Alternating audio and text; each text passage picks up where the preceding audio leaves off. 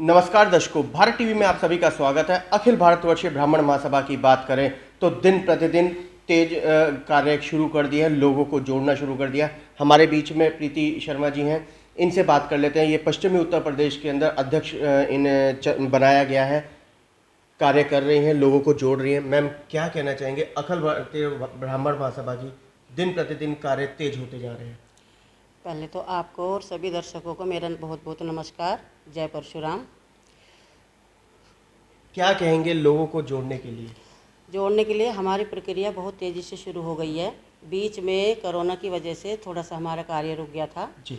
बाकी पहले भी बहुत तेज़ी से वर्क चल रहा था और अभी भी हम बहुत तेज़ी से लगे हुए हैं और बहुत सारा विस्तार हम करेंगे। एक कार्यक्रम मैं अक्टूबर में करने वाली हूँ।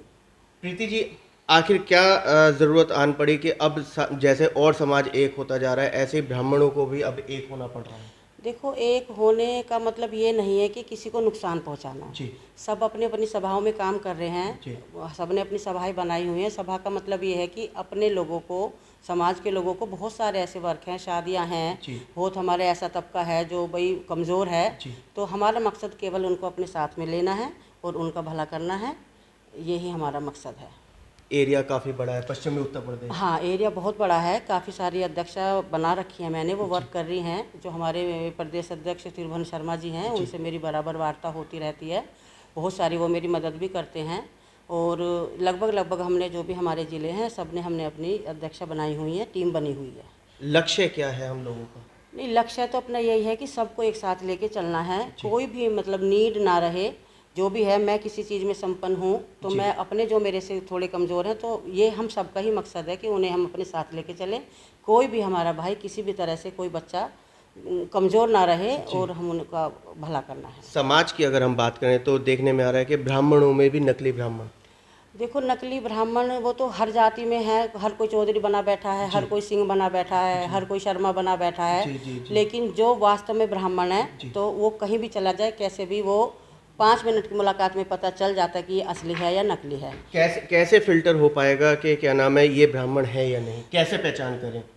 नहीं, पहचान तो है, क्योंकि कहीं ना कहीं देखो, कितना भी बड़ा क्षेत्र है वो पता चल जाता है। कहीं ना कहीं किसी ना किसी का कनेक्शन होता है, कहीं पता चल जाता है। बस ये है कि लोग चुप रहते हैं। प्रीति जी, अगर आपके पीछे की उस पर बात करें तो आप कहाँ से जुड़े हुए हैं, क्या जरा बताएंगे जनता को?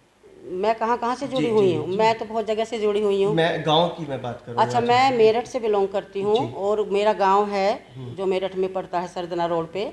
और जानती हूँ मैं लगभग सभी को जानती हूँ। तो गोत्र की बात करें? गोत्र मेरा भारद्वाज है। शासन मेरा जो है ससुराल से, जो है मायके से मेरा जो शासन है वो काकरान है और यहाँ से जो है गोदड़िया है। मैम, कहीं ना कहीं आपको नहीं लग रहा कि बच्चों के अंदर संस्कारों की कमी आ रही है, खासतौर से ब्राह्मणों की अगर हम बात करें? हाँ, लेकिन आप इसे ऐसा नहीं कह सकता कि ब्राह्मणों के बच्चों के अंदर कमी आ रही है। कमी तो देखो हर कास्ट के अंदर, हर जाति के अंदर आई है। क्योंकि कहीं ना कहीं हम इतनी दौड़ में लग गए हैं बच्चों को उच्च शिक्षा देने के लिए, उच्च संस्कार देने के लिए, उनकी हर इच्छा को पूर्ण करने के लिए। इतनी हमने उनको परवरिश इतनी खुली दी है कि आज कहीं ना कहीं वो हमें भारी पड़ रही है। वो ब्राह्मणों को ही नहीं, वो सभी को भारी पड़ रही है। प्रीति जी, आपको नहीं लगता कि वर्तमान सरकारों की बात करें तो कहीं ना कहीं ब्राह्मण समाज को अनदेखा किया जा रहा है? देखो, कहीं कहीं ऐसा हुआ था, लेकिन बीच में ब्राह्मण जो है इस पर काफ़ी सक्रिय हो गया था। काफ़ी अपने उन्होंने आवाज़ उठाई तो सरकार ने उस चीज़ पे ध्यान दिया और ब्राह्मणों ने अपनी बात मनवाई और वो मनवा के रहेंगे और मनवाते रहे हैं, मनवा के रहेंगे। मैम, आपको नहीं लगता कि मंदिरों के अंदर बच्चों को जरूर भेजना चाहिए? सुबह से लेकर शाम तक एक बार जरूर मंदिर जाएं। 100% भेजना चाहिए। देखो, बीच में अब से मैं देखूँ तो 4-5-6 साल पहले बिल्कुल भी नहीं था कुछ भी। लेकिन अब मैं जैसे मैं देखती हूँ, मैं अभी मंदिर जाती हूँ तो काफ़ी मतलब आया है कि बच्चों को अपने लोग समझा रहे हैं। बच्चों की भी थोड़ी समझ में आ रही है तो थोड़ा सा जो है तेज़ी आई है इस चीज़ में, धर्म को लेके। प्रीति जी, वहीं अगर हम मंदिरों की बात करें तो हम कहते हैं भगवान परशुराम चौथे अवतार हैं, मतलब प्रभु श्री राम से पहले भगवान परशुराम आए, ठीक? लेकिन मंदिरों में भगवान परशुराम की मूर्ति तक नहीं। हाँ, ये कहीं ना कहीं कमी थी, लेकिन अब इसमें ब्राह्मण भी और अन्य जातियाँ भी इस चीज़ को मान रही हैं। तो बहुत सारे मंदिरों में मैं भी गई हूँ जहाँ उनकी स्थापना हुई है। और अभी दिल्ली में भी स्थापना हुई थी, मैं गई थी, मेरे एक रिलेटिव रहते हैं।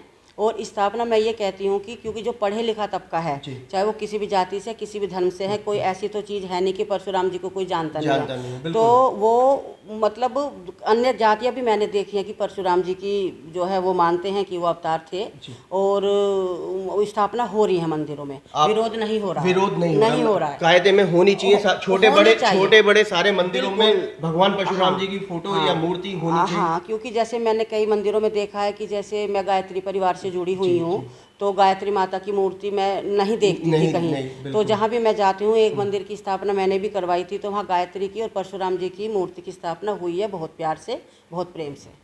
एक होने के लिए क्या मैसेज देना चाहेंगे? एक होने के लिए मैं ये मैसेज देना चाहूँगी कि देखो, सबसे पहले तो ये मैं भी कह रही हूँ और हम हर कोई बोलता है ये बात कि अपनी ईगो को हमें बिल्कुल साइड रखना चाहिए। देखो, परिवार में है, हम एक नन्हा से बच्चे 6 महीने का बच्चा भी हमें झुका देता है। तो जब हम वो हमारा अपना है तो हम उसके आगे भी झुक जाते हैं, अपने बच्चों के लिए आगे सॉरी बोलते हैं। तो समाज में ऐसा क्यों नहीं? कहीं ना कहीं हमें इस चीज़ के लिए बातों को इग्नोर करना पड़ेगा, थोड़ा सा अवॉइड करना पड़ेगा चीज़ों को, और ये मानना पड़ेगा कि ये केवल घर के अंदर का परिवार नहीं है, हम सब एक परिवार हैं। और जो है छोटी छोटी चीज़ों को इग्नोर करना चाहिए, क्योंकि ये दिमक होता है। बिल्कुल ठीक ये दिमक की तरह है कि जितनी आप चीज़ों को बढ़ाएंगे चढ़ाएंगे, इग्नोर करें बातें, नेगेटिव चीज़ों को इग्नोर करें, नकारात्मक चीज़ों को इग्नोर करें, और केवल प्यार मोहब्बत का संदेश फैलाएं, और प्यार मोहब्बत से आप लोग रहें, तो ही समाज भी आगे बढ़ेगा, बच्चे भी हमारे इस चीज़ से कुछ ना कुछ सीखेंगे। अब बाहर कुछ भी होता है तो कहीं ना कहीं हम घर पे आके डिस्कस करते हैं, तो बच्चे भी फिर उस तरह से सीखते हैं। वो बोलते नहीं हैं, लेकिन कहीं ना कहीं हम उन्हें कुछ ना कुछ सिखा रहे हैं। तो गलत चीज़ें तो ये बाहर से लेके अंदर तक आपको खोखलाई करती हैं। प्रीति जी, चलते चलते नौजवानों को क्या मैसेज देंगी? नौजवानों को मैं ये मैसेज देना चाहूँगी कि कहीं ना कहीं जैसे सरकार से कहीं ना कहीं बच्चे बहुत हताश हैं कि भाई जॉब नहीं है, नौकरियां नहीं हैं, ये सत्यता है। तो देखिए, जो 70 साल की गंद भरी पड़ी थी, मैं ये नहीं कहती कि टोटल चीज़ें तब भी खराब थी, तो वो साफ करने में बहुत समय लगेगा। और आप ऐसा क्यों सोचते हैं कि आप किसी की नौकरी करें? आप ये क्यों नहीं सोचते कि आप सेल्फ डिपेंड हो, आप अपना व्यापार करें, आप अपना कोई काम करें, तो उस तरफ सोचें। नौकरी की तरफ आप दूसरों को ना कोसें। आप क्वालिफाइड हो, आप टैलेंटेड हो, आपके अंदर दिमाग है, आप बिजनेस को देखो, व्यापार में आप जाओ, तो कहीं ना कहीं आप नहीं सेफ होते, आपकी कई पीढ़ियाँ सेफ होती हैं।